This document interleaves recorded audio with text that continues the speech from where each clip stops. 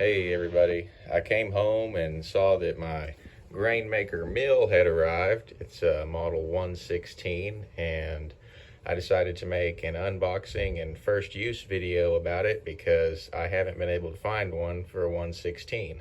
I know there are several for the more popular 99, but I thought this would be informative for anybody else considering a model 116.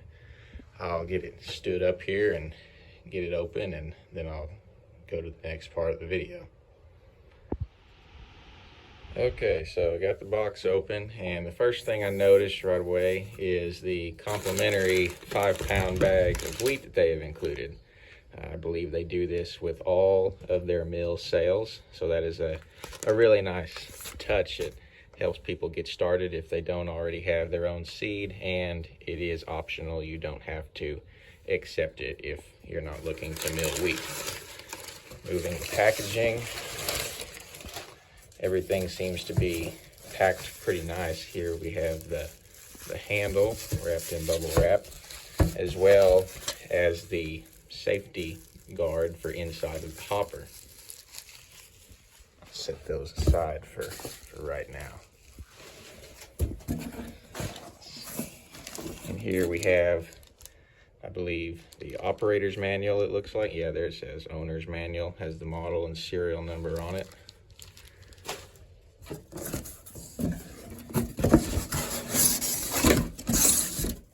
And in here we have the actual mill itself.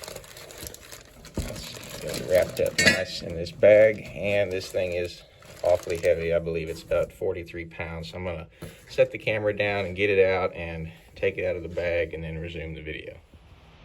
Now the mill is out of the box, and as we can see, the dust hood is included with it. This will go over the burrs once I finish assembling it. It's bolted down quite nice to this piece of plywood here. Helps make it stable in the box during shipping, keeps it from being banged around and getting scratched up. But as we can see, this is a fairly good sized mill, and it seems to be very well built, made right here in America, just like all of their mills.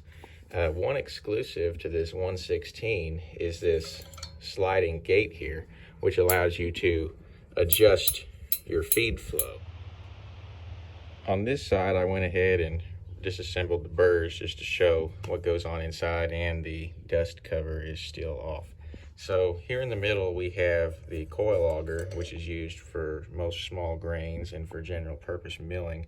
It just slides in here, and then this burr goes back on top of it. The 116 has 6-inch grinding burrs. The 99 by comparison has 5-inch. To adjust the coarseness of your grind, you have this knob here, which is solid machined and quite hefty, but as you can see, it has pretty clear instructions. Loosening it makes it more coarse, tightening it makes it more fine. And then if you wanted to do more coarse grinding of larger nuts like cornmeal or making nut butters, you would use this auger, which is also included. Simply start by pulling the pin out, taking the auger out. As you can see, they wrapped the shaft in tape to keep this auger from wiggling around and chipping it during shipping. This is just a bigger, more heavy-duty auger for those larger nuts and seeds. For the next installment of the video, I'm going to take this inside and get it set up at what's going to be my milling station, and I'll have it all put back together with the dust shield and the handle installed, because I'm going to be manually powering it for now. I may in the future look into getting an electric motor set up, but for right now, hand powering will cover my needs. And then I'll do a little demonstration with some wheat that I have, so we'll see what kind of results it provides.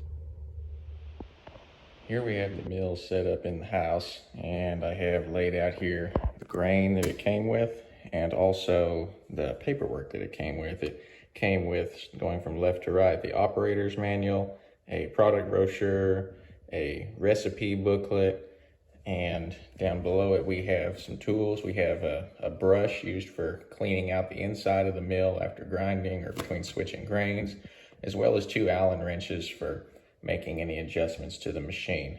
There's also the warranty card, and then a nice little scripture pamphlet reminding us that there is hope for us if we just put our faith and trust in our Lord Jesus Christ. Over here we have the mill set up. I've got it bolted down with 2 bolts for now. I'll go ahead and put the other 2 in later. But I've loaded it up with some hard red winter wheat, about 4.5 cups worth from wheat that I grew this summer. And now I've got it set what I think will be a reasonably fine setting. I'm gonna try it, and we may have to make a little adjustment to it, but here we go.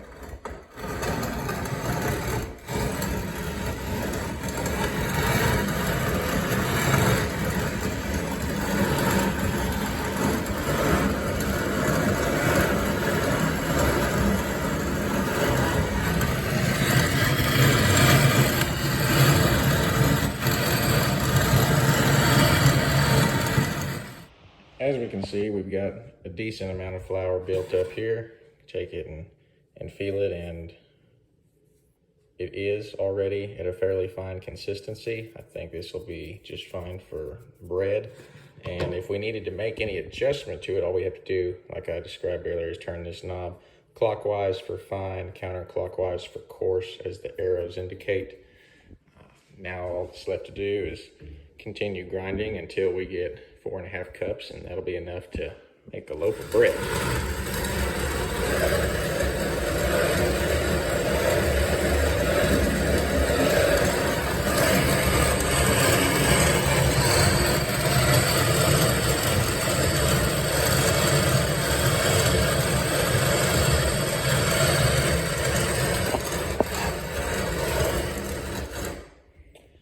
Initial things that I notice, grinding a fine flour like this does make it a little tougher to crank, but one thing that makes it nice is this extended lever on the flywheel.